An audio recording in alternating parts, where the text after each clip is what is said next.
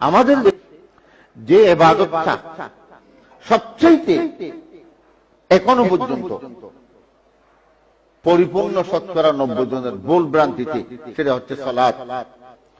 আপনাদেরকে অনুরোধ করব, আপনাদের বাসা বাড়িতে এক একটা সালাতের বই কিনে রাখবেন। সালাতের সুন্দর সুন্দর বই বের হয়েছে। আমি একটা সালাতের উপর বই লিখছি, একবার ছাপছি, এখন আর ছাপতেছি না। তার কারণটা কি? আমি মনে মনে ভাবলাম, এখন যদি আমি ছাপাই তাহলে ব্যবসা হয়ে যাবে। কারণ সালাতের উপর বাংলাদেশে সবচেয়ে সুন্দর কিতাব রচনা করেছেন ডক্টর মুজাফফর বিন মহসিন। রাসূলুল্লাহ সাল্লাল্লাহু আলাইহি ওয়াসাল্লামের সালাত, এই বইটি সংগ্রহ করবেন। এই বইটি কি করবেন? কথাটা বুঝেন, কি করবেন? সংগ্রহ করবেন। উনি একবার কারাগারে গিয়েছিলেন 3 বছর আগে।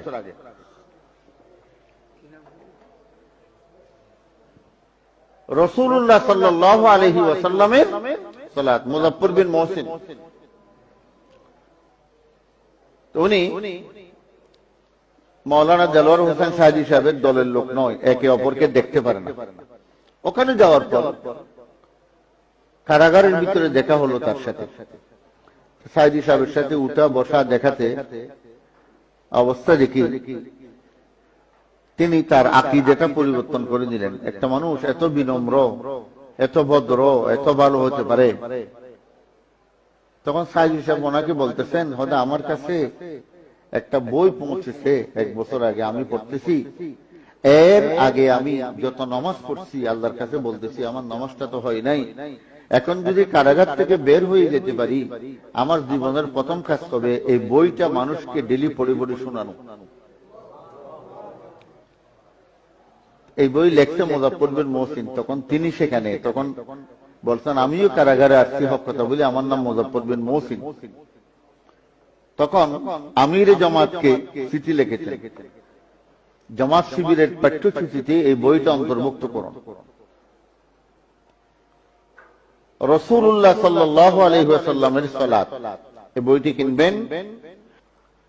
নামাজের উপর বাস্তব ট্রেনিংটা না হওয়াতে শতকরা 99 জন আলেম নামাজ সম্পর্কেও জানে না। বাংলাদেশে ডক্টর মুজাফফর বিন মহসিন জাল হাদিসের কবলে রাসূলুল্লাহর সালাত, তিনি কারাগারে গিয়েছিলেন। তিনি কারাগারে যাওয়ার পরে সাইদি সাহেবের সাথে দেখা হয়েছে, কথাবার্তা হয়েছে, উঠে বসা হয়েছে। এই বইটি সাইদি সাহেব আগেই পড়েছে, মুজাফফর বিন মহসিন কারাগারে যাওয়ার আগে। এই ঘটনা সোশ্যাল মিডিয়াতে ভাইরাস হয়েছে। সাইদি সাহেব আমির জামাতকে একটা চিঠি লিখেছেন, বিগত জীবনে যা নামাজ পড়েছি আমার নামাজ একটু হয়নি, আপনি জামাত এবং শিবিরের সিলেবাসে এই কিতাবটা অন্তর্ভুক্ত করুন। মুজাফফর বিন মহসিনকে দেখার পরে জড়াইয়ে ধরে তারা দুজন বন্ধু হয়ে গেল। এই কিতাবটা আমিও 2 বার পড়ছি। সেই প্রত্যেক আলেমের ভালো দিক আছে, ভালো খারাপ দিক আছে।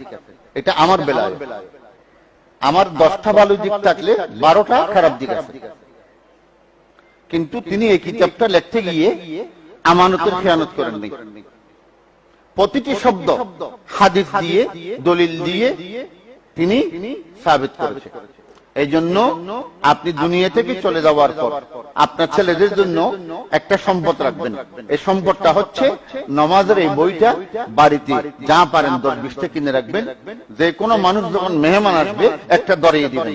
এই কিতাব পড়ি তার জীবনে যদি নামাজ পরিবর্তন হয়, আপনি তার নামাজের কিয়ামত পর্যন্ত সওয়াব ও লোকটার নামাজের অর্ধেক পেয়ে যাবেন। এই কিতাবটা আশ্চর্য হয়ে যায়। এই কিতাবটা আমরা কিতাব লিখি তো ছাপালে যত ফরমা, এটা 500 পৃষ্ঠা, কমপক্ষে এটাতে 200 টাকা খরচই হয় একটা বোর্ড বাইন্ডিং এ, কিন্তু দামও রাখছে 220 টাকা। কারণ এরা কিতাব ব্যবসা করে নিজের পকেটে টাকা নেয় না,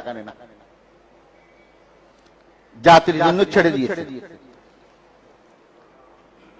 আল্লাহ আমাদেরকে হক কথা বুঝার, হক কথা বলার তৌফিক দিন।